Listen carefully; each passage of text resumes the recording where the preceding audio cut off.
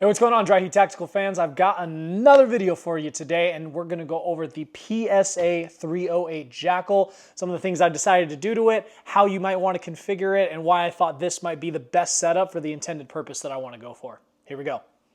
All right, my friends, so today, as I said before, we have the PSA 308 Jakl, and I'm going to go over a few things. This is going to be a budget 308 build, and the reason why I say budget is because the accoutrements, the accessories that I decided to go to with, were keeping in mind a more budget-friendly, option. If you want the rifle and you've just been dying to have it, you think it's awesome, like this is going to be the rifle you get, cool, but we also have to think about we have to add accessories to it. You have to add some kind of optic, you have to add some kind of flashlight, grips, whatever you might want for it, and I wanted to get everything we could, everything you would want to put on the rifle, but at a very fair and affordable price without buying things that were cheap, would break. I tried to do the best I could, and I think that we've got something really special here. So we're gonna dive into the rifle first, and then we'll go into the accessories. So, rifle first, we're going to do a little bit of history. The PSA 308 Jakl was mentioned in 2024 SHOT Show. They said that they were considering making one, and they had some prototypes at SHOT Show. And then we went into a voting system where we decided on a couple guns that we wanted to see them make. And lo and behold, the PSA 308 Jakl won. And this was going to be the final result. So here we are, a year later. They've come out with a couple different options. We'll go over the different accessories that come with the gun and how it's set up. But overall, I wanted to go over the internal system first. I have the spec sheet and the details listed out here. But the 308 Jakl is going to be a long stroke piston operating system. So long stroke piston operating system. As you can see here, there's no charging handle. We do have a side charging handle right here. I'll clear it real quick. Side charging handle, ejection port on the other side, no buffer tube needed as the system is internal right here. So that also gives you the option to fold the stock. Now, it's going to be, the bolt has dual ejectors. It is a rifle length receiver, 14.5-inch pin and welded barrel. So again, 14.5. There's a couple different muzzle devices that you can choose from in order to get the pin and weld, but overall 14.5-inch. The twist rate 1 in 10, and then we also just have a couple of furniture accessories that it comes with. So first things first.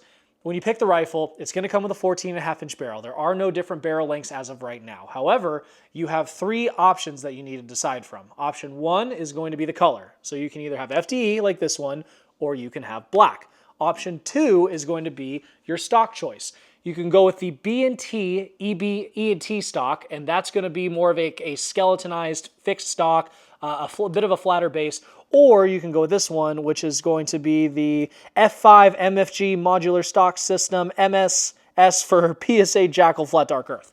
Or you can get the black one. But this is going to allow, this is kind of like that ACR-ish stock. You have an adjustable, it is adjustable for length of pull, and it allows, oh my gosh, what am I doing here? It also, you can adjust the cheek riser to go up and down and back and forth as you see fit. So that's your second option, is which stock you want. The next option is going to be your muzzle device. When it first came out, which was about a month ago or so, you could get the Silencer Co. ASR flash hider mount pin and welded to it, or you could get the Dead Air Chemo flash hider. Since I have seen now they are coming out, they have the Huxworks flash hider, and I'm assuming over time they might add a few more. Like I know on the regular Jakl, the 5.56 variant, they have Surefire, they have a couple of different options, but as of right now, you can do the Huxworks mount, the Silencer Co. ASR, and the Dead Air Chemo flash hider. So those are your three choices. You need to find out the combination that works best for you and then move forward. I waited a few extra weeks just to be able to get the Silencer Co. ASR muzzle device, the color I wanted, and the stock. The reason why I wanted the stock and the color is it kind of looks like a SCAR, let's be honest.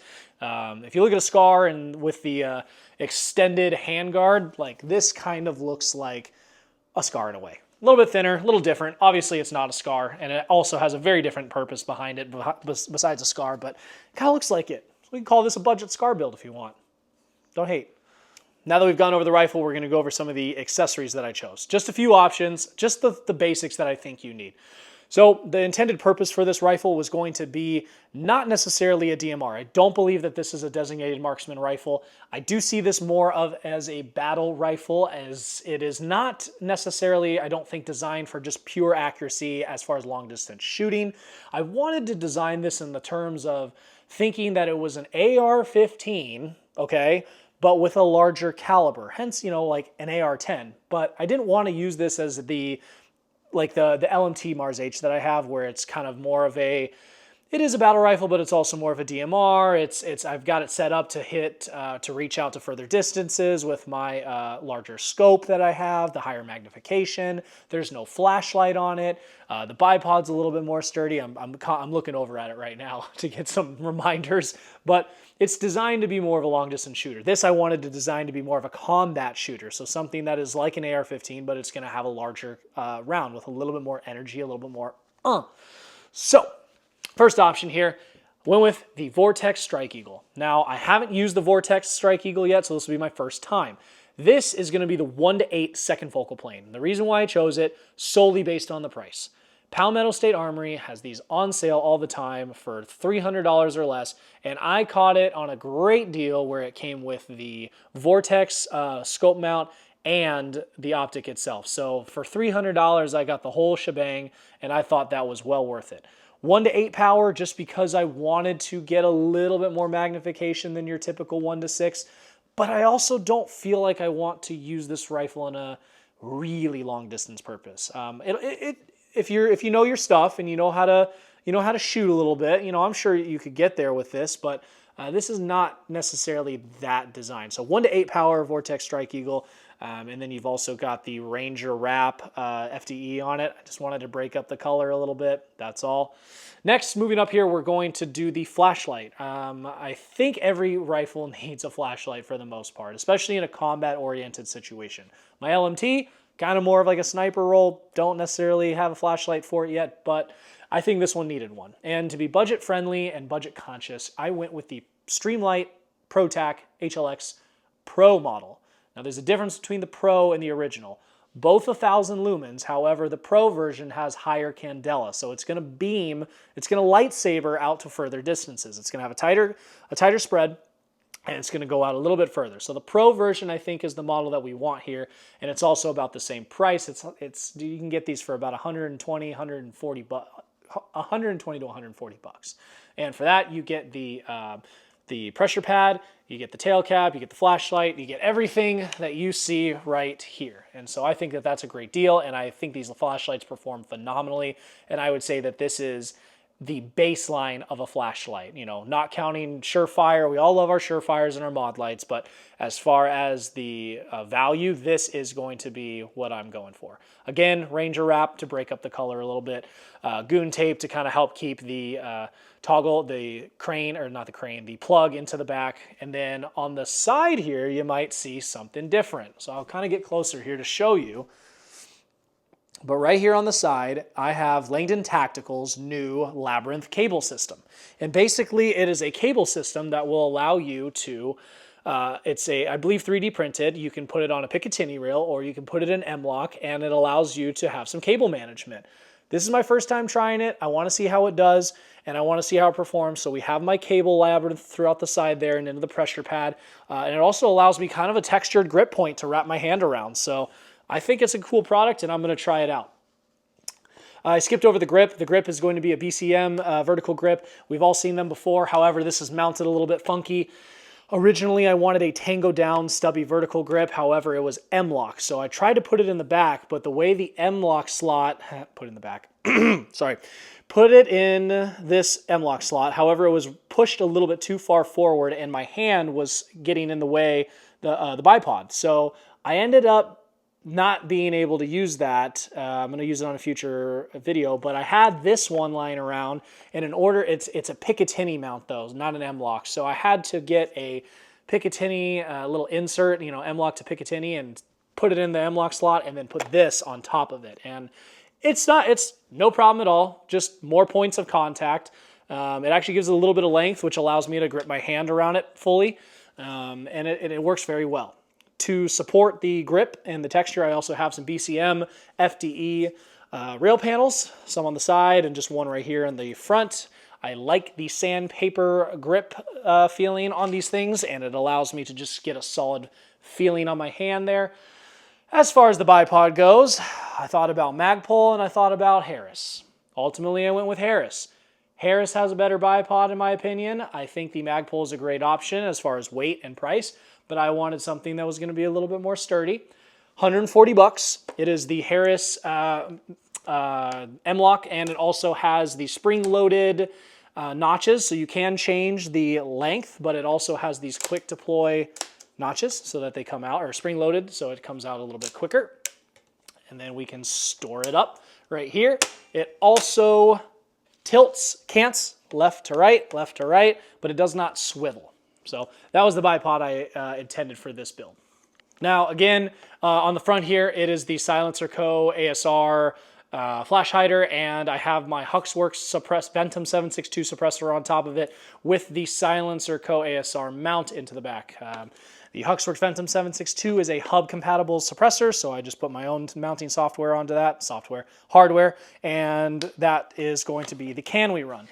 I think the flow-through can will help with the back pressure. However, there is a adjustable gas block system on the front here. So we are going to be able to kind of more fine-tune how much gas is running through this firearm. It's just that the flow-through will kind of get rid of any extra gas we might have.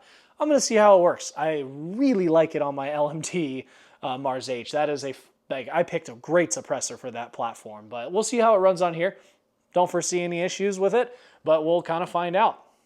All right, we've gone over the base of the gun. We've gone over the accessories. I'm just going to kind of touch on a few things right off the bat that I don't really think I'm going to like. Again, we haven't really tested this firearm out yet. That's going to be another video. This is just kind of my initial build, review, and first thoughts.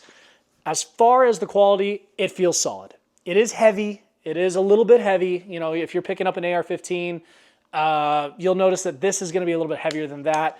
But as far as things that I don't like right off the bat, the trigger is going to be your basic standard trigger. Whatever your budget option, it's okay. I feel like it's 5.5, 6 pounds. It's got a lot of travel. It feels heavy. It's a trigger that comes with the gun. It's all right. The safety selector is going to be a 90-degree throw, just single safety selector. It is not ambidextrous. So right off the bat, trigger, safety replacement, probably go with a Radian. And then for the trigger, I'd probably go with a Geisley. But ultimately, yeah, the trigger, the safety selector, the bolt catch is fine. The bolt catch is not ambidextrous, and also the magazine release is not ambidextrous.